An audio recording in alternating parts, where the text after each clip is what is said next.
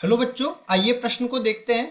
यदि यदि A B C तीन सदिश दे रखे हैं इस तरीके से कि ए सदिश प्लस बी सदिश प्लस सी सदिश तीनों का योग जीरो के बराबर दे रखा है, तो हमें सिद्ध करना है कि ए और बी का सदिश गुणनफल बराबर में बी और सी का सदिश गुणनफल बराबर है सी और ए का सदिश गुणनफल।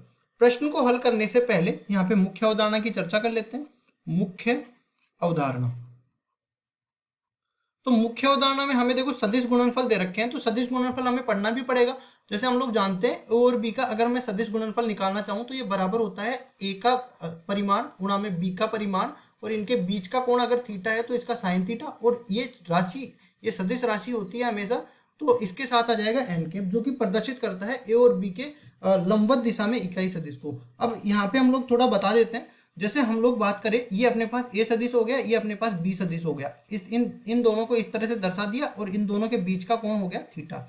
अब जैसे मेरे को निकालना है ए और बी के बीच का सदिश गुणनफल, तो देखो हम लोग परिमाण तो इस तरह से निकाल सकते हैं, लेकिन दिशा भी हमको निकालनी पड़ेगी। तो देखो ए और बी का जैसे ही हम लोग सदिश गुणनफल निकालना चाहते हैं, तो हमारी दाएं हाथ की हथेली को इस तरह से घुमाते हैं कि वो ए से बी की तरफ जाए, तो हमारा जो अंगूठा है वो तल के लंबवत अंदर की ओर चला जाता है। और इसी तरह अगर मैं बी क्रॉस ए निकालना चाहूँ, बी और ए का सदिश गुणनफल, तो हमारे दाएं हाथ की हथेली को बी से ए की तरफ घुमाएंगे तो अंगूठा जो है तल के लंबवत बाहर की ओर आ जाएगा। तो इनका परिमाण तो आपस में बराबर हो जाएगा, लेकिन दिशाएं विपरीत होने के कारण ये दर्शाएंगे ऋणात्मक सदिश के, है ना।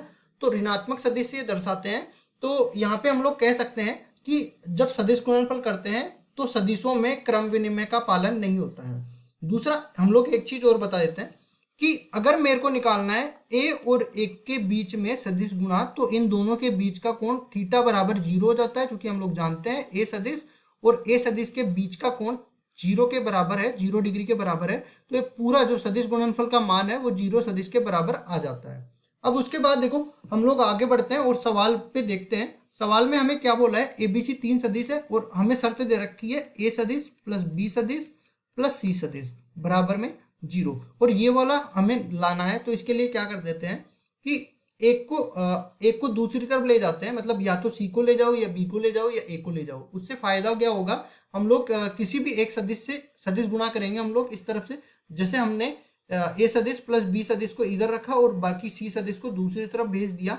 अब हम लोग ए सदिश से गुणा कर देते हैं बाईं तरफ से। ए सदिश से जैसे ही बाईं तरफ से गुणा कर देते हैं, सदिश गुणा कर रहे हैं, तो बाएं और दाएं का ध्यान रखना।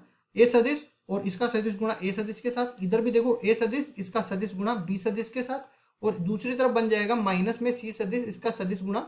और देखो यहाँ पे बाईं तरफ से कर रहे हैं ना, तो पहले अपने पास आने वाला है ए सदिश, तो ये बन जाएगा देखो इस तरीके से।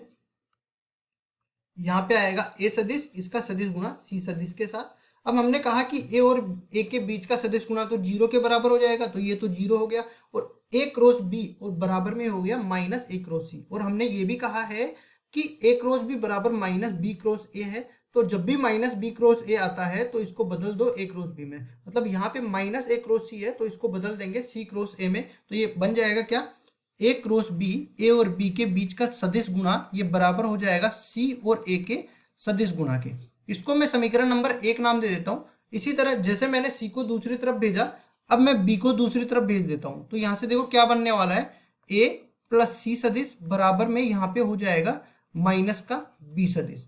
तो ये इस तरह से बनने वाला है। देखो यहाँ पे हम लोग अब सी सदिश से बाईं तरफ से गुणा करेंगे, तो ये क्या बनेगा, देखो ए सदिश और बाएं से गुणा कर रहे हैं, तो पहले अपने पास सी सदिश आएगा, प्लस इधर भी देखो सी सदिश गुणा में सी सदिश आएगा, और इस तरफ अपने पास पहले सी सदिश आएगा, तो सी सदिश गुणा में बी सदिश ये बन जाएगा। अब ये इसका मान तो जीरो के बराबर हो गया, और सी क्रॉस ए ये लिखेंगे, सी क्रॉस ए ये बराबर हो जाएगा माइनस में सी क्रॉस बी।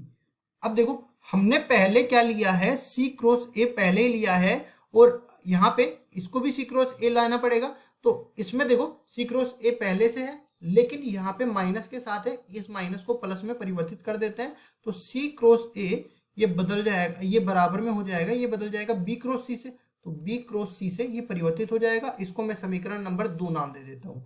अब देखो समीकरण नंबर 1 और 2 को देखेंगे तो ए क्रॉस बी किसके बराबर है, ये बराबर है सी क्रॉस ए के।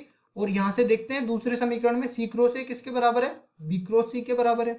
तो ये तीनों जो इनका सदिश गुणनफल है ये आपस में बराबर हो जाएगा। और देखो सवाल में हमें यही तो सिद्ध करना था, तो यहाँ पे मुख्य अवधारणा की मदद से हमने ये सिद्ध करके बता दिया, यही हमारा उत्तर हो जाएगा। आशा करता हूँ ये सवाल आपको समझ में आया होगा। धन्यवाद।